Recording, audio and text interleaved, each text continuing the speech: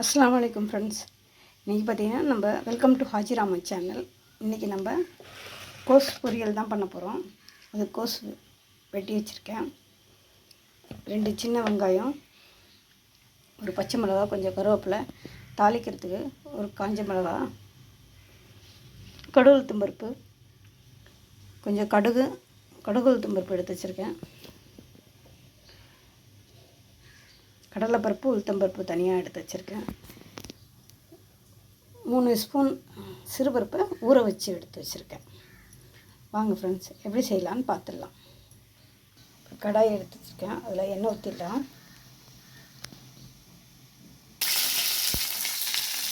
கடுகு எல்லாம் போட்டு ஒரு வெங்காயத்தை போட்டுருவேன். வெங்காயம், பச்சை மிளகாய், காஞ்ச மிளகாய் எல்லாத்தையும் போட்டாச்சு.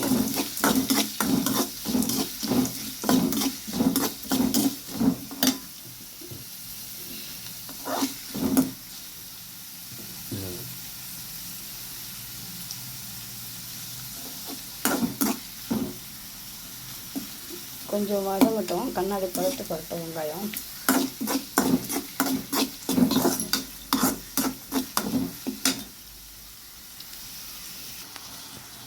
சிறுபருப்பு போட்டு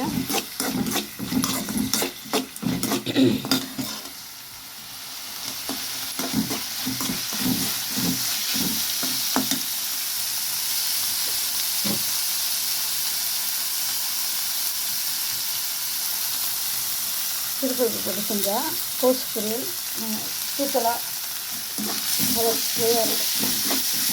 இந்த மாதிரி ஒரு வாட்டி செஞ்சு பாருங்க.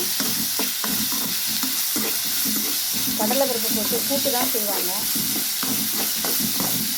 வெறுமையாக செஞ்சுருக்காங்க பொரியல். சிறுபருப்பு போட்டு ஒரு வாட்டி செஞ்சு பாருங்கள் இந்த மெத்தடில். இப்போ நான் கோஸில் இருக்க தண்ணியெல்லாம் இருக்கு, கோஸ் தண்ணியாக எடுத்து வச்சுருக்கேன்.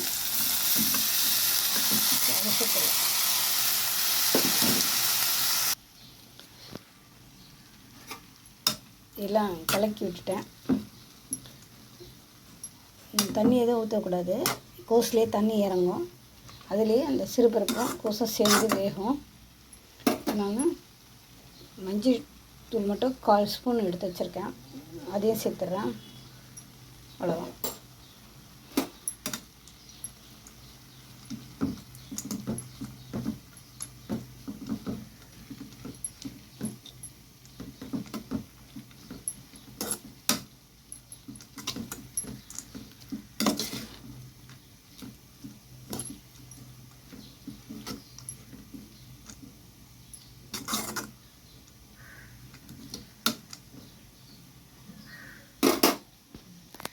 இப்போ மூடி போட்டு வேக வச்சிடலாம்.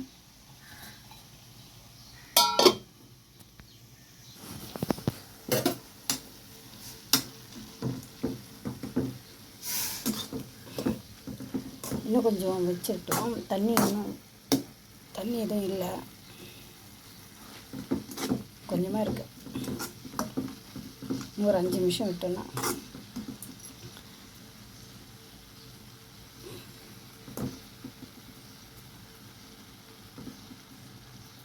சிறுபருப்பை காட்டலாம்னு நினச்சோம். சிறுபருப்பு நல்லா வெந்திருக்கு.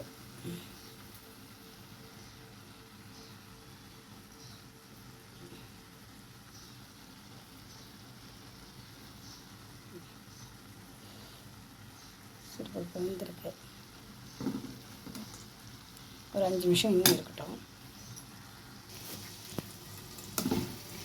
தண்ணி சுத்தமாக வற்றிச்சு.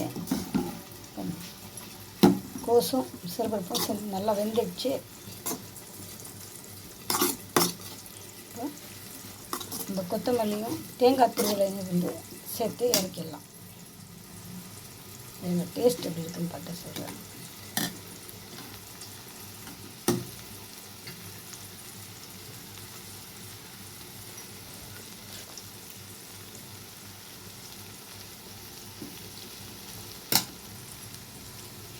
டேஸ்ட் செமையாக இருக்குது. தேங்காய் துருவல் தேவையில்லை, தேவைப்பட்டால் போட்டுக்கோங்க. கொத்தமல்லி தூவி இறக்கிறேன்.